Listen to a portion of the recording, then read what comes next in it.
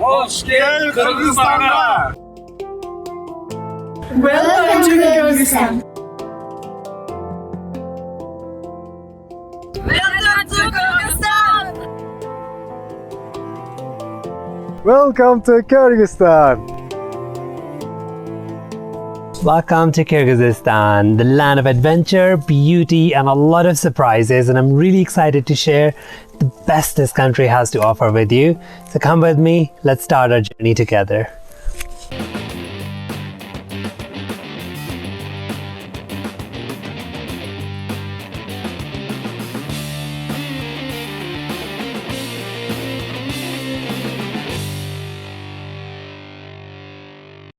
I am sitting in front of the Parliament of Kyrgyzstan, and what better place to tell you about the country than this.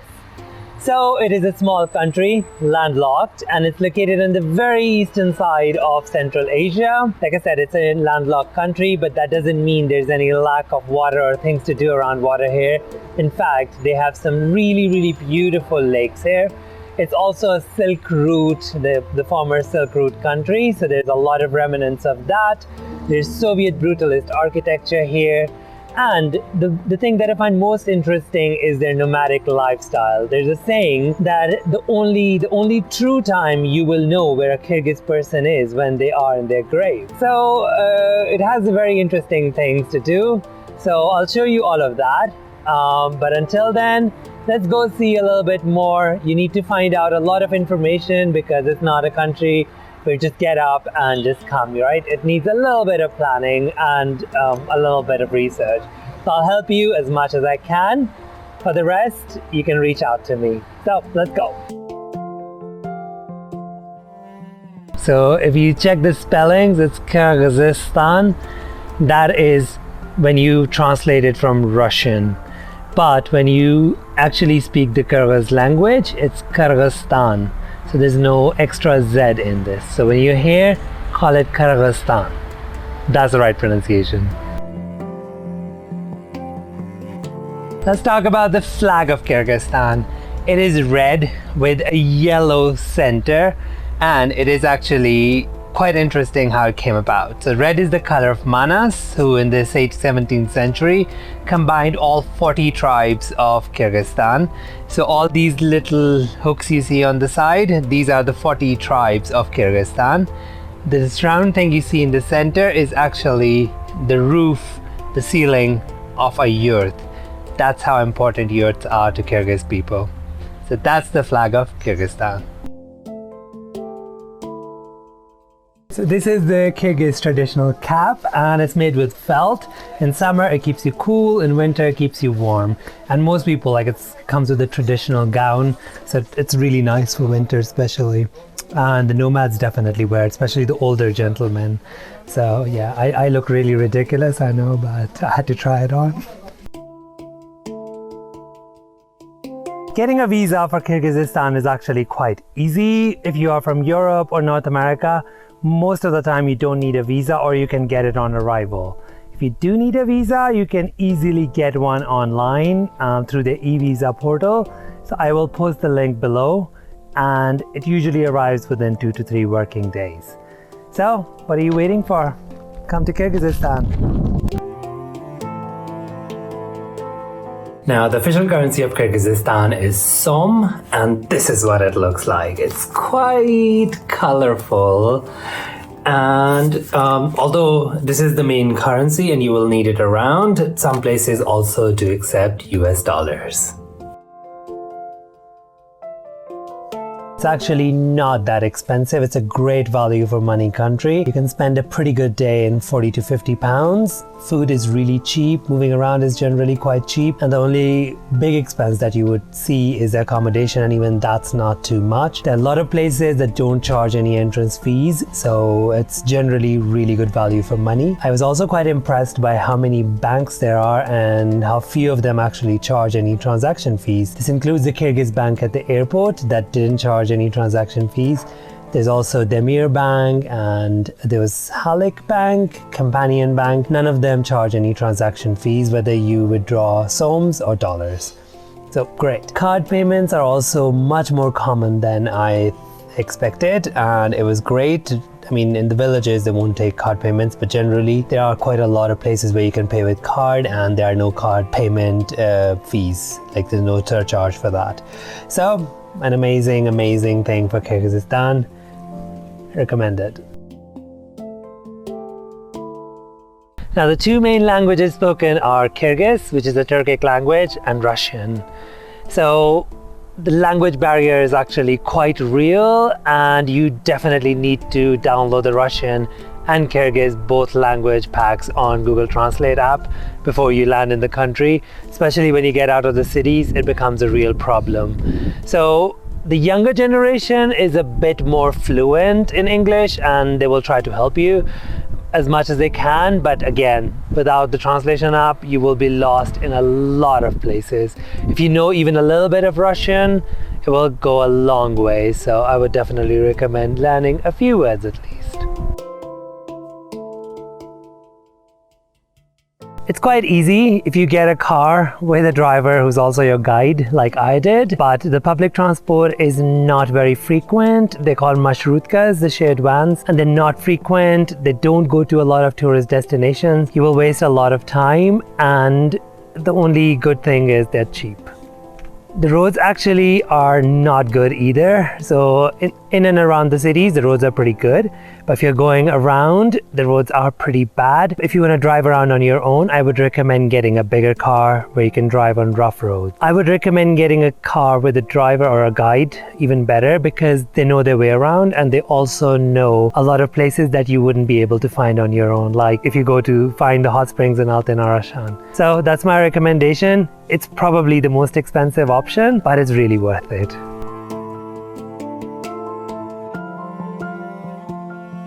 It is not a place where you want to come for like a few days only.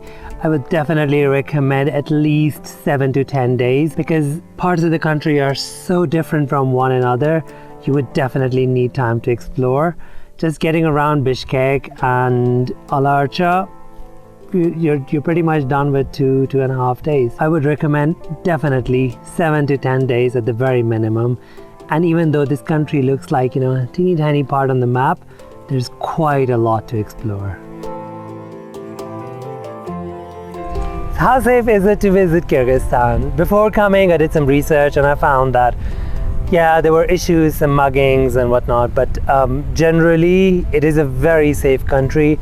I've seen female travelers sort of going around hiking, trekking on their own. So I don't think it's that kind of place where you would feel unsafe.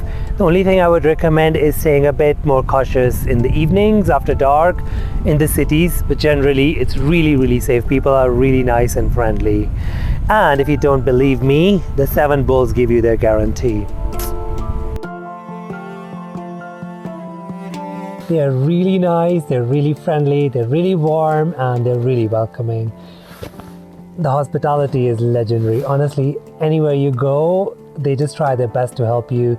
I stood lost in the streets of Bishkek a couple of times, and people actually approached me to sort of help me, give me directions, or tell me about things. I have not had a rude encounter since I've arrived. So honestly, thank you. A massive thank you to the people of Kyrgyzstan. They are amazing and I love you all. Which SIM card do you want to buy when you come to Kyrgyzstan? I would recommend O, which I used and I was recommended by my guide. And it's actually pretty good. The reception is generally quite good. 4G reception is generally quite good unless you're like higher up in the mountains, which no service provider ever provides any service. So go for it. It cost me about 500 som, which is roughly 4.2 pounds or around $5, and that gave me 40 gigabytes for an entire month and some calling minutes and all. So it's pretty cheap, great, and they have good reception, so recommended. Really depends on what you want to do, but if you want to get most of the places, I would recommend coming towards the end of summer. I think August is the best month to come here. I'm here in September and the weather is still great, but I saw some snow on Alarcha National Park already, and Songkol. So it might be a bit late if you leave it too long. End of July, August is the perfect time to visit. So you can do all the activities and things are open and it's really, really beautiful. Should you hire a guide when you come to Kyrgyzstan or should you do it on your own? Honestly, you could do both of them, but I would recommend getting a guide because there are a lot of places here where you would not find any signs. There's always the language barrier. Sometimes the roads are also not that great, so it's good to have that. If you're looking for a guide, it would be roughly somewhere between $40 to $100 a day. I've been having an amazing time for the past 12 days with my guide and my friend Bega. He's been showing me around. He knows his country, left, right and center, like the palm of his hand. He's really patient, and what I really like is he's very passionate about what he does. He's amazing. I mean, he's shown me places that I hadn't heard of online. He knows every place, he knows everything, and he has a lot of contacts. So that was really, really useful, and he comes with a car, so I don't have to drive, which I was really happy about. So over to you. Hi, welcome to Kyrgyzstan. You'll find my details below. So, see you soon in Kyrgyzstan. You cannot drink tap water in the cities, but when you come to the nature, you have the most amazing, clean, fresh water you can drink right from the source.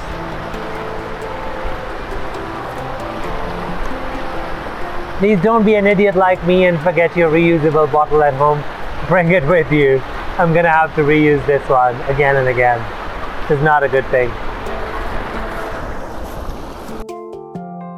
In Kyrgyzstan, they use the EU style sockets, so make sure you come prepared with these. See, the EU style.